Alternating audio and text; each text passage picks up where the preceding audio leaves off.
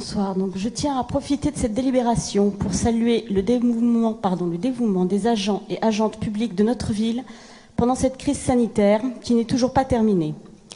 Ces agents et agentes qu'on renvoie souvent à la notion abstraite de dépenses de fonctionnement et dont on se rend compte en ce moment de pandémie de son importance, si ce n'est de son caractère indispensable.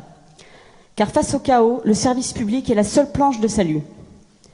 Étant déléguée à l'enfance, je voudrais ici rappeler dans quelles conditions les agents du service ont travaillé pour pouvoir accueillir les enfants pendant le confinement ou pendant l'été, qui en avaient bien besoin après ces semaines de confinement.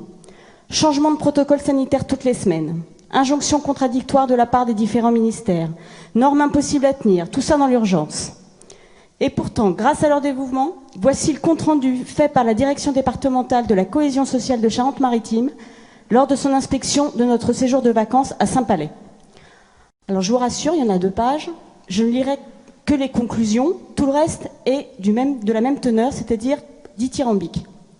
Donc je vous lis le résumé. Les contraintes liées à la crise sanitaire donnent lieu à des trouvailles particulièrement intéressantes. On notera en outre que les relations avec les parents sont l'objet d'un souci constant.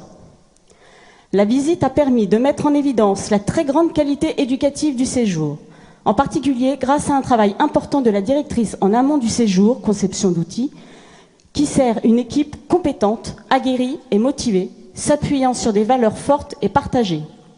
Le souci pédagogique est constant, tout comme celui du bien-être des enfants, respect de leur rythme par exemple. C'est presque exemplaire.